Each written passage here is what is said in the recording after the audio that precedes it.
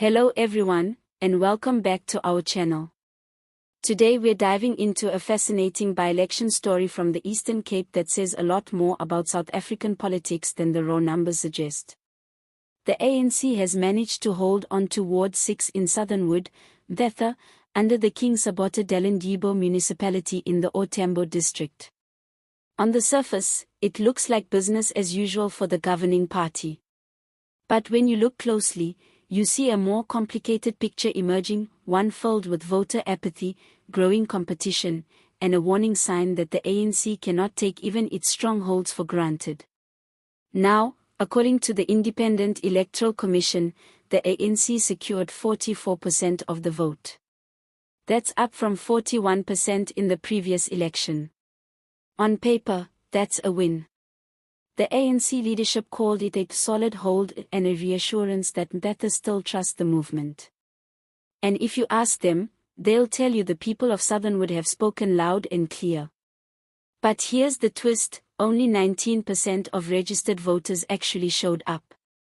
That means more than 80% stayed at home. So the ANC is winning, yes, but they're winning with fewer people actually caring enough to participate. It's a bit like being the only person at a family braai who brought food. You're the hero, but mostly because everyone else forgot. What makes this by-election interesting is not just the ANC's result, but who challenged them. The standout name here is Pastor Dlulane, running as an independent. He walked away with 23% of the vote and managed to win 2 of the 4 voting districts. That's no small feat, especially in a ward where the ANC has historically been untouchable. His campaign tapped into a very powerful sentiment, the idea that local leadership should be closer to the community and not tied to the baggage of big political parties. People in Mthatha, like many communities across the country, are frustrated with service delivery failures. And when an independent candidate says, "I live here, I know your struggles, I'm not here for party politics," it resonates. Think about it. For years, people have been asking whether independents can make a dent in South African politics. We've seen it in Johannesburg with ward councillors running as independents, and we've seen similar movements in Cape Town. Pastor Dlulane's performance is now one more signal that communities are hungry for alternatives. And don't be surprised if more local leaders throw their hats into the ring before 2026. Now, we can talk about this election without mentioning the EFF. The Red Berets have been on the rise nationwide, and in this by-election, they climbed from 9% to 17%. That's nearly doubling their support. The EFF strategy is clear. They want to be the voice of protest, the option for voters who are tired of the ANC but not entirely sold on the DA or other parties. In Mthatha, the EFF positioned themselves as the disruptors, appealing especially to young voters. The irony, though, is that turnout among young people was very low. So the EFF's growth here might actually be a sign of what's possible if more young people actually show up in future elections. Meanwhile, the UDM took a knock, dropping from 18% to 13%. That's a big deal, because this is the province where the UDM once had serious grassroots loyalty. For many voters in the Eastern Cape, Bantu Holomisa was once seen as the local hero. But the numbers are showing a different reality now.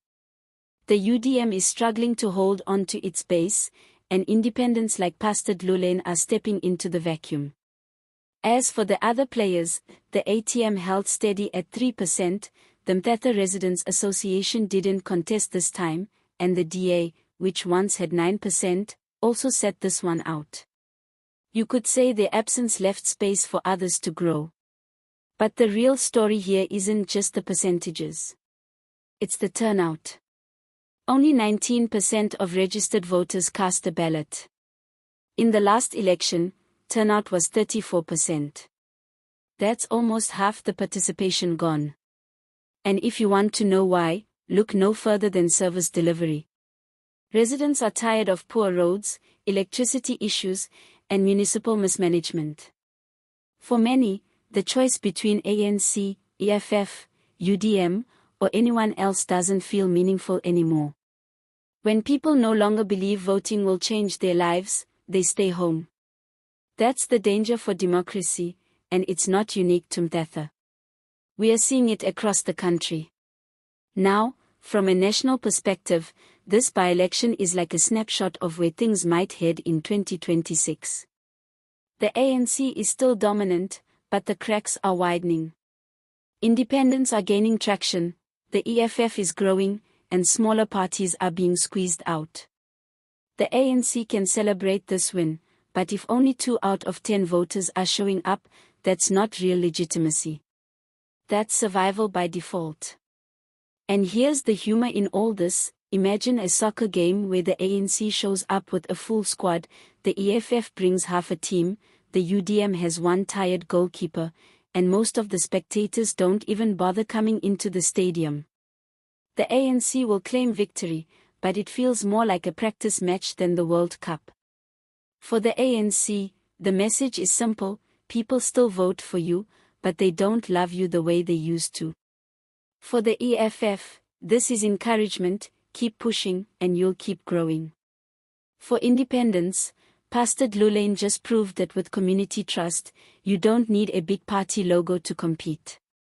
And for the rest of us, it's a reminder that democracy is only as strong as the number of people who actually show up to make their voices heard.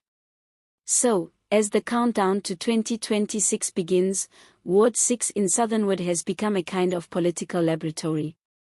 It shows us that the ANC still has roots, but those roots are weakening. It shows us that the EFF is becoming the go-to protest vote. And it shows us that independents are no longer just a fantasy, they're real contenders.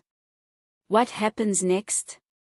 That depends on whether voters remain disengaged or whether communities decide to reclaim local politics. Because at the end of the day, it's not just about who wins the ward, it's about whether people still believe politics can fix potholes, keep the lights on, and bring back some dignity to everyday life. Thank you for watching, and if you enjoyed this breakdown, don't forget to like the video, subscribe to the channel, and share your thoughts in the comments. Do you think independents could change the game in South Africa's local politics, or will the ANC and EFF continue to dominate? Let's hear your views. See you next time.